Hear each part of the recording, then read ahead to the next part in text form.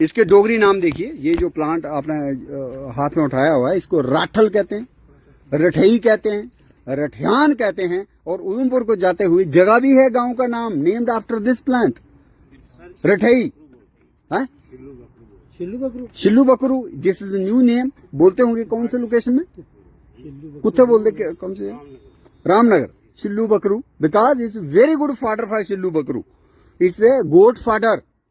But ये सही नाम नहीं है।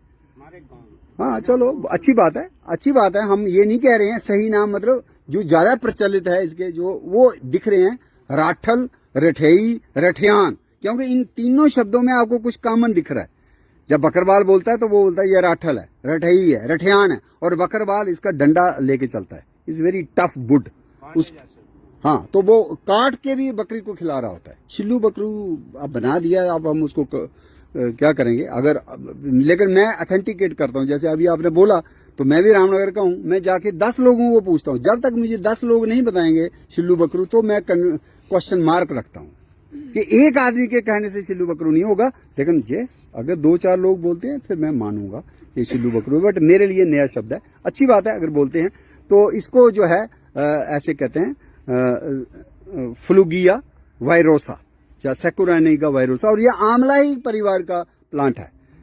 और इसको मैंने बोला कि इसकी वुड बड़ी स्ट्रांग होती है, एंटीवायरल थोड़ा बहुत है, बट मेडिसिनल कोई बड़ा इंपॉर्टेंट नहीं है। बट ऐसा भी नहीं है कि विदाउट एनी यूजफुलनेस है। तो फाडर तो है ही है, मेडिसिनल भी इसको माना जाता है। बड़ा ही नंबर 1 मेडिसिनल प्लांट तो नहीं है, but this is also wild species in our Shivaliks जो आपने देखा। ये खास प्लांट जो है ये सबको पता होगा। ये क्या है, पुरकंडा ना, पुटकंडा, लटजीरा भी नाम है इसका। और इसका नाम अपामार्ग, संस्कृत में इसको क्या कहते हैं, अपामार्ग, हिंदी में क्या कहते हैं, लटजीरा, और डोगरी में पुटकंडा, पुरकंडा, अंग्रेजी में क्या कहते हैं, चैप फ्लावर, और साइंटिफिकली कहते हैं अकाइरेंथिस एस्परा। और इसके भी चावल खाए जाते हैं। जो एपेटाइट, अगर भूख नहीं आपको लगे कंट्रोल करनी है तो इसके जो चावल हैं उसको खाया जाता है। और हमारे दिवाली के आसपास काफी ज्यादा इसको लगाया जाता है, माने रिलीजियस भी इसका है। और it has medicinally very important medicinal plant, ठीक है।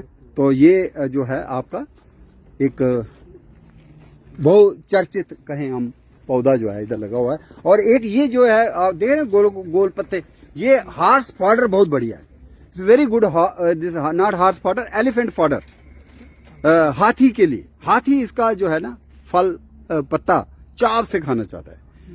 और इसका नाम जो है हिंदी में है कर्णिकारा, कनक चंपा। कनक चंपा क्यों, अगर कोई हाथ में ला पाए उधर से लेते हैं नीचे से, तो इसके नीचे की जो हेयरी ग्रोथ है ना वो कणक के रंग की है। ये यही उठाए जो सूखा हुआ पत्ता है, बस ठीक है, ठीक है, यही जिसको हाथ लगाया आपने यही दिखाएं, बस ठीक है। तो इसमें आप देखिए थोड़ा कणक का रंग है, कणक नहीं होती, कणक गेहूं, हाँ गंदम, गंदम और कणक ये है ना। आप शो करें तो ये जो है इसमें वो नीचे नीचे नीचे वाला हिस्सा दिखाएं, ऊपर वाला जो ग्रीन है ठीक है, चलो नहीं उनको दिखाएं, हाँ वेरी गुड। तो ये आप देखें इसमें क्या है, कणक की तरह का जो स्टॉक का कलर है ना, इसलिए इसको क्या नाम मिला है, कणक हो गया, कणक का कलर। चंपा क्यों बताएगा कोई, चंपा नाम चंपा क्यों? चंपा हमारे बुजुर्गों ने उन फूलों को नाम दिया जिनकी खुशबू बहुत मदहोश करने वाली है। दो फ्रेग्रेंट फ्लावर्स होते हैं जिनकी फ्रेग्रेंस का लोहा सबने माना, जो नंबर 1 फ्रेग्रेंस या खुशबूदार पौधे फूल हैं उनको क्या कहा गया, चंपा। तो इसके फूल अभी है नहीं, अगर फूल होते तो आप देखिए इसकी खुशबू बहुत ही मदहोश करने वाली है, बहुत बढ़िया खुशबू है, इसलिए क्या हो गया चंपा, खुशबूदार फूल होने से। लेकिन इसका जो रंग है वो कणक से मिलता है, इसलिए इसका नाम हो गया कनक चंबा। लेकिन टू बी टिपिकल डोगरी पहाड़ी इसका नाम है ललार चंबा। ललार क्या होता है, जो लाल के साथ थोड़ा सा लाल और खैरा, ललखैरा कह लीजिए, तो ललार हो गया लालगी की तरफ थोड़ा सा इसका जो लिंक है। और चंबा चंपा को डोगरी में क्या बोला जाता है? पहाड़ी लोग जो है चंबा बोलते हैं। तो दिस इज टेरोस्पर्मम एसेरिफोलियम। मैंने डोगरी नाम आपको बताया कि चंपा खुशबूदार फूलों को कहा जाता है, तो उसी में इसका कलर जो है कणक से मिलता है, तो कणक चंपा हो गया।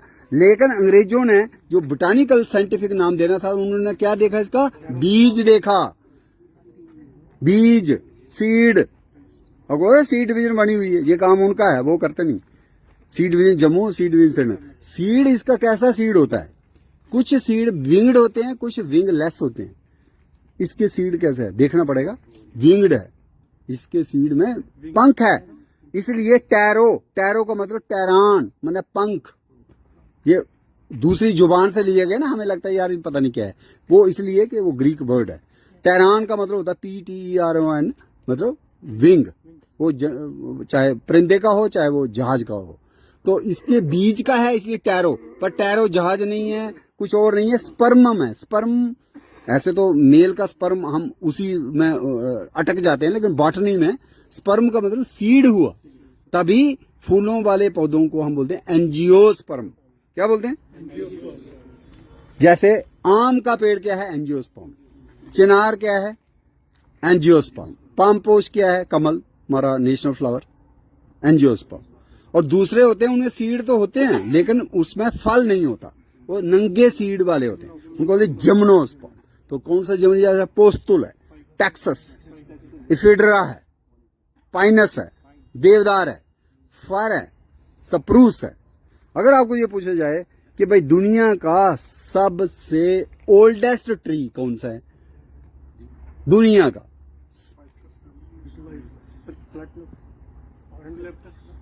दुनिया का सबसे ओल्डेस्ट ट्री जो है ना, वो हमारा कैलिफोर्निया में है, जिसको रिकॉर्डेड, आप गूगल यूज नहीं करते ना, उधर लिखोगे तो आ जाएगा।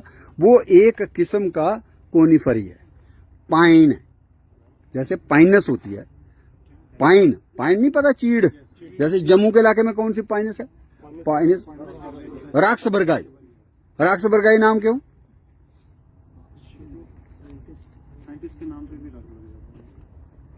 पूरा होना चाहिए ना, तुक्का ही है हवा में क्यों? यार नाम जो है, जो फादर माना जाता है इंडियन बॉटनी का, जो हिंदुस्तान में जिसने सबसे पहले साइंटिफिक नाम देने शुरू किए, तब अंग्रेजों ने हमें गुलाम बनाया था। हमें तो सुध बुध नहीं, हमें तो कोड़े मारते थे। वो आजादी के अमृत काल में हम बात करते हैं, हमें तो यातना ही देते थे, और रिसर्च करने वाले भी वही थे। और उनको अपने ही पर्सनैलिटीज देखी जिनके बारे में उन्होंने इज्जत बख्शी या नाम डाल गए हैं वो, और कानून भी बना गए कि उस नाम को हम बदल भी नहीं सकते। तो पाइनस का नाम उन्होंने अपने फादर ऑफ इंडियन बॉटनी जो है डॉक्टर, वो सर्जन थे। तो ऐसा भी नहीं है कि वो बहुत बुरे थे, अच्छे थे। डॉक्टर विलियम, डॉक्टर अच्छे होते हैं। और साथ साथ जो भी पहले डॉक्टर हकीम होते थे, वो हमेशा जड़ी बूटी से ही इलाज किया करते थे। तो इसलिए उनका नाम था डॉक्टर विलियम रॉक्सबर्ग। वो कलकत्ता में बैठते थे और अंग्रेजों के टाइम में, और उनको नाम को इज्जत देने के लिए इस पाइनस को कहा गया रॉक्सबर्गी। वो दूसरे किसी साइन, लेकिन इससे पहले इसका नाम था पाइनस लॉन्गिफोलिया।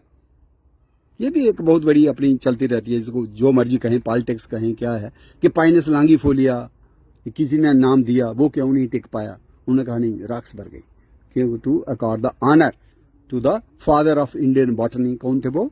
Doctor William Roxburgh. एक चीड़ की बात हुई। दूसरी जो हमें मिलती है कश्मीर में बहुत है, ब्लू पाइन। ब्लू पाइन, वो एक और बॉटनिस्ट थे, उनका था नाम नथानियल वालिच। क्या नाम था? उन्होंने भी काम किया इंडिया में, लेकिन वो उनसे जूनियर थे डॉक्टर विलियम रॉक्सबर्ग के बाद में। कलकत्ता में ही काम किया उन्होंने भी। सबसे पहले बॉटनी का काम कहाँ शुरू हुआ? कलकत्ता से। कि ईस्ट इंडिया कंपनी आई कहाँ?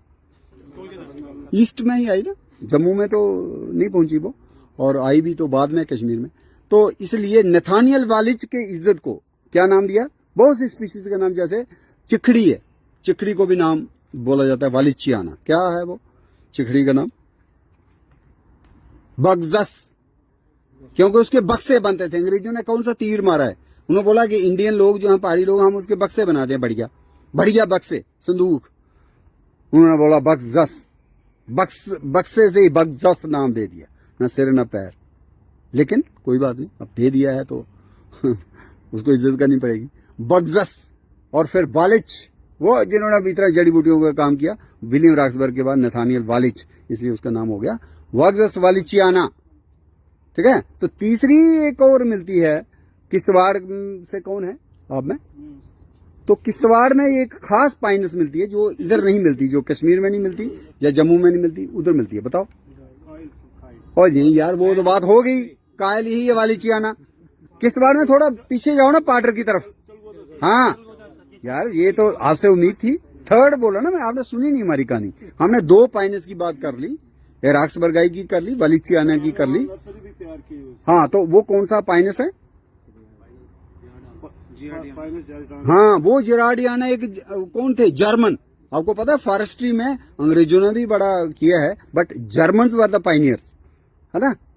तो जर्मन था वो, जिसका नाम था गेरार्ड, तो उसकी इज्जत बख्शी हुई है इस नाम में, पाइनस जिराडियाना। लेकिन ये नाम घड़ने से पहले हमारा अपना नाम था, वो क्या था जो आपने बोला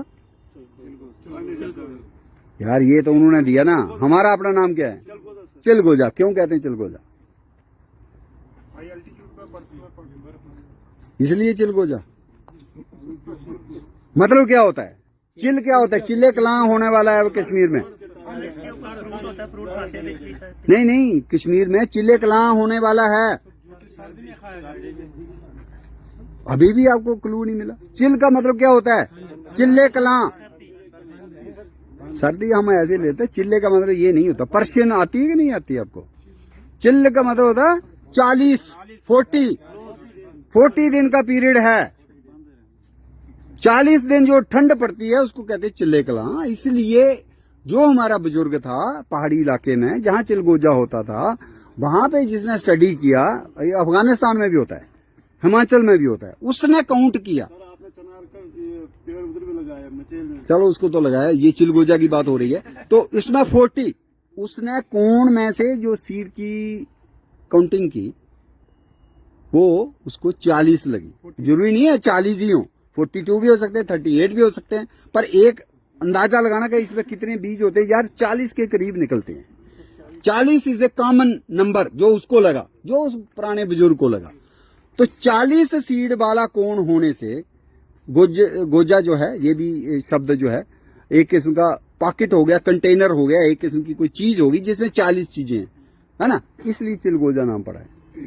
ये 3 हो गई आपकी। क्या तो मैं कह रहा, दुनिया का सबसे पुराना बूढ़ा पेड़, जिसकी उम्र जो है सबसे उम्र दराज पेड़ है, वो कैलिफोर्निया का है, और वो भी एक पाइनस है, और जो बहुत देर तक जिए, जहां हम ज्यादा दौड़ लगाएं, उसको बोलते हैं लॉन्ग जंप हो गया, लॉन्ग रेस हो गई, लांगी विटी हो गई। लांगी विटी मतलब मेरी जीवन की लांगी विटी हो, है ना, बड़ी देर तक उम्र रहे। तो लांगीवा, उस पाइनस का नाम लांग से ही है। क्या नाम है? लांगीवा। मेरे पास तो नहीं है, पर मैं डिस्कस क्यों कर रहा हूं? क्योंकि वो सबसे पुराना पेड़ बचा हुआ है जमीन पर, जिसका वजूद आज, उसको ओल्डेस्ट ट्री माना जाता है, पाइनस लांगीवा। ब्रिसल कोन पाइन कहां होता है? कैलिफोर्निया में। कैलिफोर्निया कहां है? अमेरिका में। ठीक है। फिर है सबसे टॉलेस्ट पेड़ कौन सा है दुनिया का? दुनिया का सबसे टॉलेस्ट पेड़, वो एक किस्म का रेड वुड है। हमारे पास 3 किस्म के रेड वुड हैं। एक रेड वुड जो है उसको बोलते हैं, क्या बोलते हैं उसको? सिकोइया सेम्परवायरेंस। सिकोइया, उसका नाम है सिकोइया। क्या नाम है? सिकोइया सेम्परवायरेंस स्पीशीज का नाम है। ये जो है, ये भी भाई कैलिफोर्निया में, ये एक टॉलेस्ट है। और एक दूसरा इसका समझ लीजिए कंपिटिटर, वो है ऑस्ट्रेलिया का यूकलिप्टस। यूकलिप्टस रेगनेंस। हमारे पास भी ये यूकलिप्टस है, पर ये ऊन वाला नहीं है ना, इनकी ये आइडियल ही नहीं है, क्लाइमेट नहीं, सॉयल नहीं, यहाँ पे तो ऐसे ही है। ये ग्रोथ जितनी होनी चाहिए उतनी भी नहीं होती यहाँ, लेकिन नेटिव ऑस्ट्रेलिया का है ये पेड़। तो इसका जो पेड़ है जो उसकी बराबरी करता है, वो ये 2 पेड़ है। उधर कैलिफोर्निया में, अमेरिका में क्या बताया मैं? सिकोइया सेम्परवायरेंस, और उधर बोला क्या? ऑस्ट्रेलियन रेगनेंस। हाँ, यूकलिप्टस। Very good. टॉलेस्ट भी हो गया, सबसे ओल्डेस्ट भी हो गया। अब क्या बचा? सबसे ज्यादा जो CFT निकले, टिम्बर वॉल्यूम, उसको बोलेंगे लार्जेस्ट। चाहे वो टॉलेस्ट नहीं है, चाहे वो ओल्डेस्ट नहीं है, लेकिन उसमें सबसे ज्यादा टिम्बर है भाई। उसका जो हम एस्टिमेशन करते हैं कितना CFT है, कोई 4853 क्यूबिक मीटर है शायद, इतना ज्यादा है। वो क्या है, वो भी एक रेडवुड है। और आप खुशकिस्मत हो कि वो रेडवुड उसकी जाति का, नस्ल का एक ट्री हमारे कश्मीर में लगाया हुआ है अंग्रेजों ने। अंग्रेजों ने सिर्फ कोड़े ही नहीं चलाए, पर उन्होंने बहुत कुछ डॉक्यूमेंटेशन भी किया, अच्छा काम भी किया है। तो रेडवुड लगा के गए। क्या बता सकते हो कश्मीर वाले? यार रेडवुड बोल रहा हूं मैं, प्लैटिनस कहां से आ गया? अपनी जुबान बोलो। यार मैं बोल रहा हूं कि रेडवुड ट्री लगा हुआ है, जिसको बोलते हैं सिकोयोडेंड्रॉन गाइगेंटियम, या अंग्रेजी में समझो जायंट। जायंट का मतलब होता है बड़े साइज का, जायंट रेडवुड। वो मैं पूरी दुनिया की बात कर रहा हूँ, सिर्फ कश्मीर की बात नहीं कर रहा हूँ। अगर कश्मीर का बड़ा ट्री मैं कहूँ तो आप कह सकते हैं कोई चिनार होगा, नो डाउट। और जम्मू की बात करें तो कोई बरगद होगा, कोई बात नहीं। मैं कह रहा हूँ पूरी दुनिया का, जिसमें सबसे ज्यादा लार्जेस्ट है वो क्या है? जायंट, GIANT, जायंट माने सबसे बड़ा, और रेडवुड।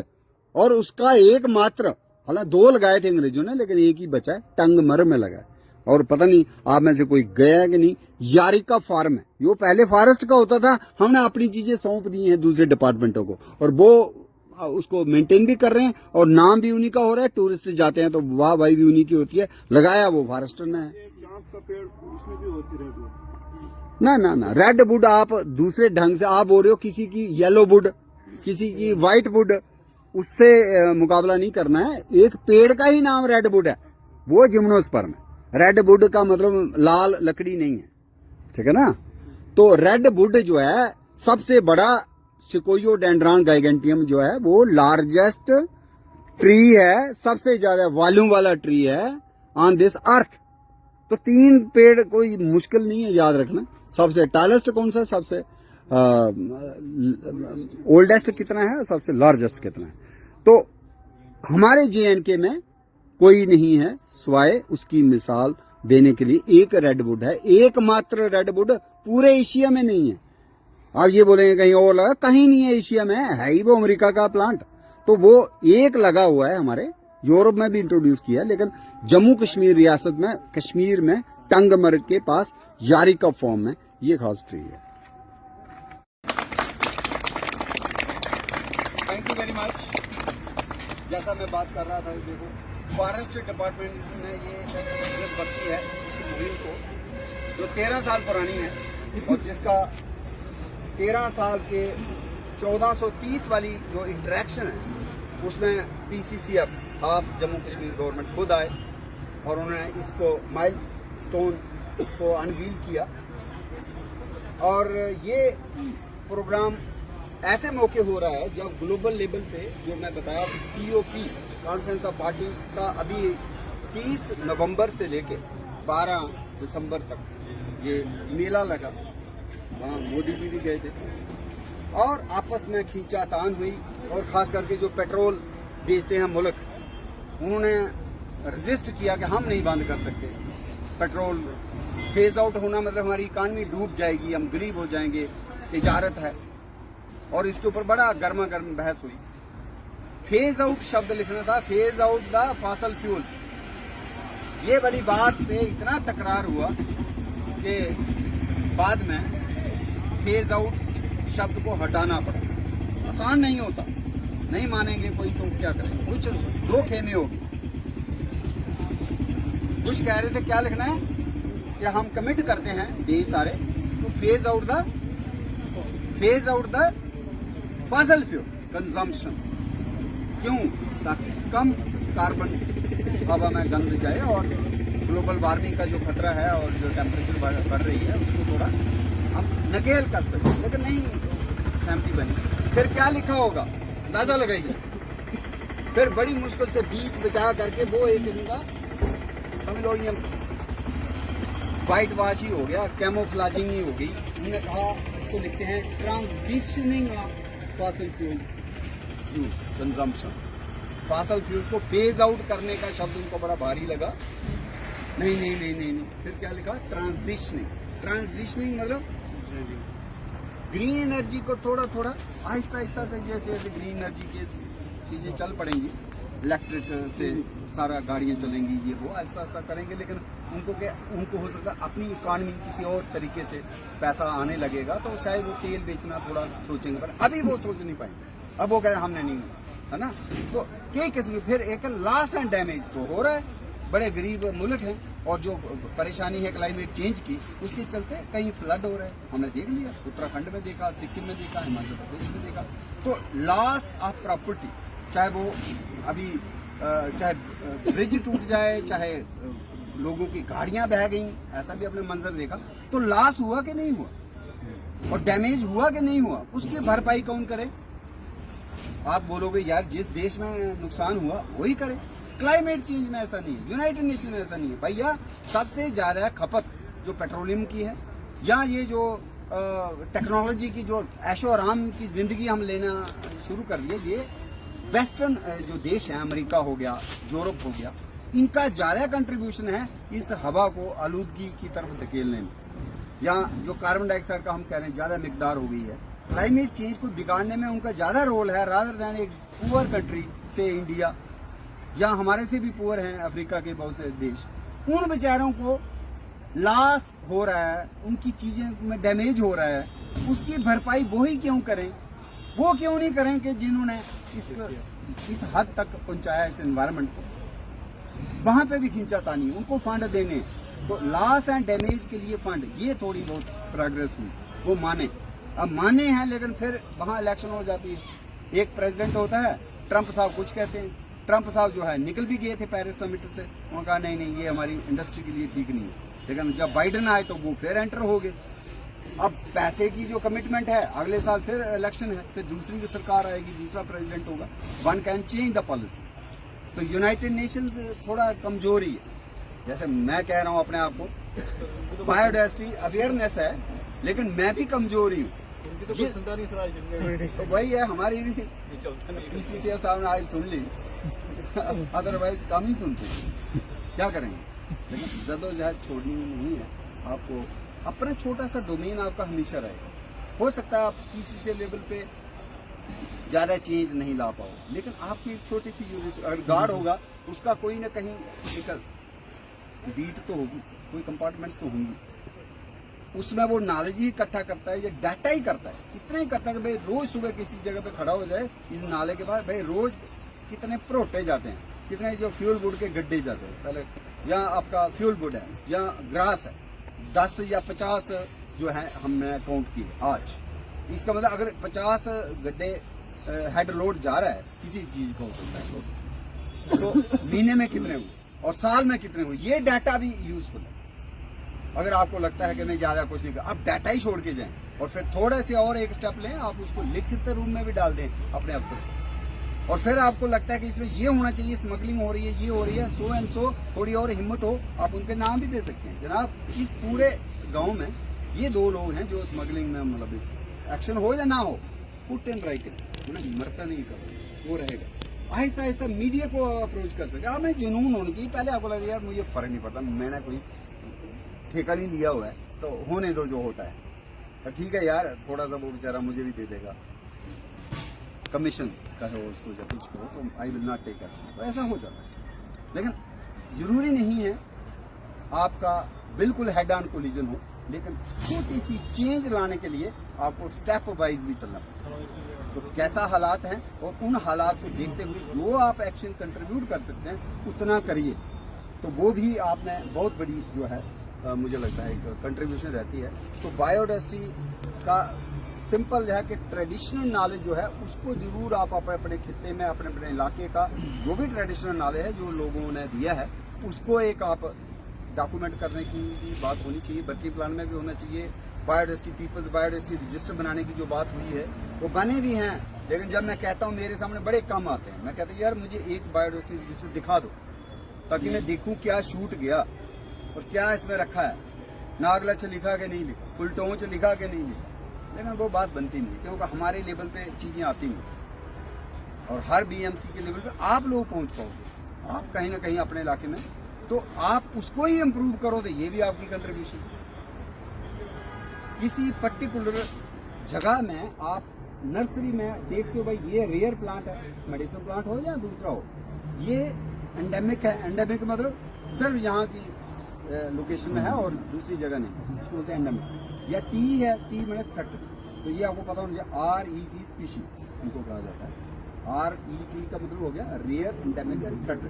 तो वो कौन कौन सी हैं, उसमें से आपको लगता है कि भाई इसको शामिल करना है हमने अपनी प्लांटेशन में, वो भी आपका कंट्रीब्यूशन हो सकता है। मैं हैरान हो गया, एक प्लांट है जो शेखुल आलम जिसकी स्टिक लिए के जाया करते थे, शेखुल आलम स्नेक को हटाने के लिए उस छड़ी का इस्तेमाल करते थे। अब चूंकि हमारे वो बड़े ही रैबड सेंट हुए, अगर वो यूज करते तो ऑटोमेटिकली हमें उस पर्टिकुलर प्लांट की जिसकी वो छड़ी लेके चलते थे कि शायद स्नेक भाग जाएं। अब भागते थे कि नहीं भागते थे, पर एक वो इतनी सेंट ने छड़ी यूज की, वो प्लांट हमारे लिए कितना रिस्पेक्टफुल हो गया, कितना इम्पोर्टेंट हो गया, और हमारे जंगलों में है। लेकिन वो जंगल में क्या है, रेयर। क्या है वो, रेयर है, लेकिन उसका नाम है, उसका नाम लोकल नाम है, उसका साइंटिफिक नाम है, और वो डाचीगाम नेशनल पार्क में है। और मैंने देखा शांगस में, शांगस है ना, शांगस के ऊपर एक गांव है, नाम है, काफी अच्छी टूरिस्ट प्लेस है, वो नाला है, ऊपर जाता है, शांगस के ऊपर है। तो शांगस है, पर शांगस से भी ऊपर कोई जगह है, याद भूल गया, वहां पे मैंने देखा। और जब मैं फॉरेस्टर थे, स्टाफ भाई ये कौन सा प्लांट है नहीं पहचान पाए, लोकल नाम भी नहीं पता, साइंटिफिक नाम भी नहीं पता, शेखुल आलम के साथ कनेक्टिविटी कभी नहीं पता। फिर उसके बाद मैं गया शायद साल पहले या 2 साल पहले, चश्मा शाही बोटेनिकल गार्डन, जो फ्लोरिकल्चर का है भैया, they are not forest department people. हाँ, मैंने वो प्लांट देखा, मैं हैरान हो गया। मैंने कहा वेरी गुड यार, ये किसने इंट्रोड्यूस किया? जी है हमारा एक माली है या बटा, उन्होंने बताया कि ये है, और ये लड़का कहीं लाया है जंगल से। मैं हैरान हो गया। और उसको बाकायदा उसको फल भी पड़ा हुआ है, फूला हुआ फल होता है उसका, और तिकोना होता है, 3 एंगल वाला और फूला हुआ, इसलिए अंग्रेजों ने उसका नाम दिया ब्लैडर वर्ट। उसका नाम है ब्लैडर वर्ट। और चूंकि उसमें नाग जैसी शक्ल बनी होती है, अगर उसकी मेच्योर स्टेम को देखें तो उसके ऊपर सांप के जैसे, हम नाग पंचमी में हम परोला लेके भी बनाते हैं, तो वो जो शक्ल है वो सांप से देखी किसी, वो सांप तो नहीं है, वो तो लाइन है, पर वो लाइन होती है उसमें, इसलिए उसको नागों के साथ जोड़ा गया। तो उसको कुछ लोग नाग दमनी भी बोलते हैं, नाग दौना भी बोलते हैं। और कश्मीर में भी शायद मैं याद नहीं आ रहा क्या बताया उन्होंने, नाम बताया कि नहीं बताया, लेकिन उसको साइंटिफिकली कहते हैं स्टेफाइलिया एमोडी। स्टेफाइलिया एमोडी रीठा परिवार का प्लांट है। आपने अपनी नर्सरियों में रीठे लगाते हैं, जम्मू में खासकर, किसी भी नर्सरी में जाओ, किसी भी फॉरेस्ट डिपार्टमेंट की नर्सरी में मैंने स्टेफाइलिया एमोडी ब्लैडर वर्ट नहीं देखा, क्योंकि वो रेयर है और बहुत कम है और शेखुल आलम के साथ जुड़ा हुआ है।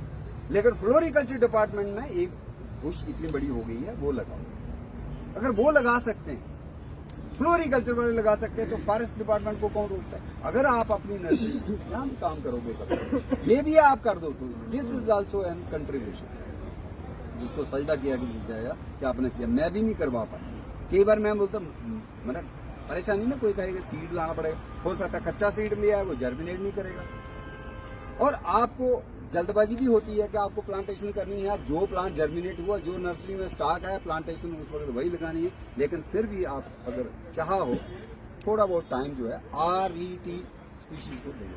RET में रेयर है, एंडेमिक है, थ्रेटन है। ठीक है, थैंक यू। तो 1-2 प्लांट जो आपको हमने बताना था, ये कौन सा प्लांट था, ये बड़ा जिसकी मैंने बात की थी, लेकिन वहां ये तो आपका वो है तम्मन है ना, ये हो गया तम्मन, तम्मन के पास ठीक है। लेकिन ये प्लांट जो है,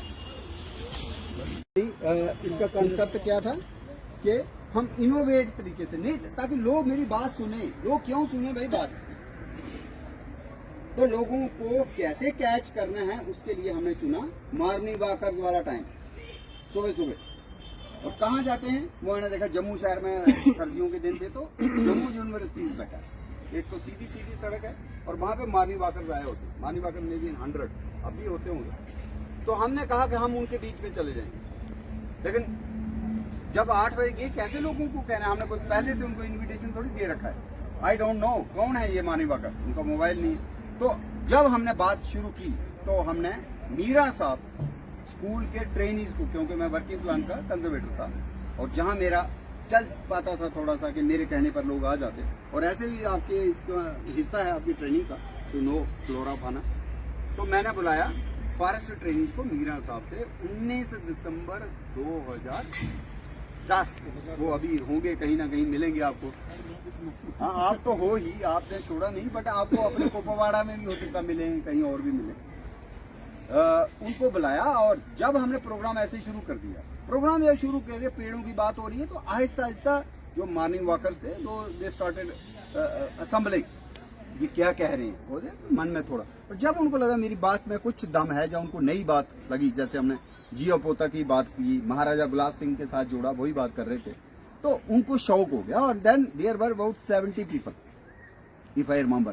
फिर मुझे एक और थे, वो जमीर थे डीएफओ, उनके भी कोई फुटबॉल की टीम थी, उनको भी मैंने बोला हुआ था, तो वो भी आ गए, 15-20 वो लोग आ गए। फिर उस वक्त हमने हकीम भी बुलाए थे, एक हकीम थे पता नहीं शिव क्या नाम था, नहीं वो बाद में आए यार, उससे पहले थे, वो बड़े बुजुर्ग थे वो, तो उन्होंने हाथ में गिलोई रखी थी। तो कुछ हमने मीडिया पर्सन्स जो परिंदों के बारे में जो शौक रखते हैं, परिंदों को देखते हैं, गुलदेव था वो उन दिनों, उसको बुलाया। फिर हमने फॉरेस्ट ऑफिसरों को भी बुलाया, जैसे मुझे अभी ज्यादा था पीके सिंह आए थे, फिर ब्रिजमोहन शर्मा जो सीसीएफ जम्मू रहे वो भी आए थे, फिर एससी शर्मा, सुभाष चंद्र शर्मा उन दिनों मुझे सीसीएफ जम्मू थे, और वेवलेंथ भी होती है, और मेरे कहने पर वो आ भी गए, कोई ईगो उन्होंने नहीं समझी कि मैं सीनियर हूँ, मैं उस वक्त कंजर्वेटर था, तो वो आ गए। और फिर बॉटनी डिपार्टमेंट के लोग, जुआलॉजी जो जीव जंतु और वाइल्ड लाइफ की स्टडी करते हैं वो लोग, फिर एनवायरमेंटल साइंसेज के लोग, करते करते मतलब आप क्या देख रहे हो, इनोवेशन क्या है इसमें। हमारे मोस्टली जो प्रोग्राम होते हैं हम अपने डिपार्टमेंट में ही महदूद हो जाते हैं, सर डिपार्टमेंट वाले बैठ, भाई हमें तो बैठ रही है, हमें यही ट्रेनिंग है, यही काम है, हम जानते भी हैं थोड़ा बहुत, लेकिन बाकी जो सोसाइटी के लोग हैं उनको कब जोड़ोगे। और उनको सिर्फ जोड़ना नहीं है, सिर्फ तालियां बजाने के लिए नहीं रखना है, बल्कि उनकी बात को शामिल करना है अपनी बात में।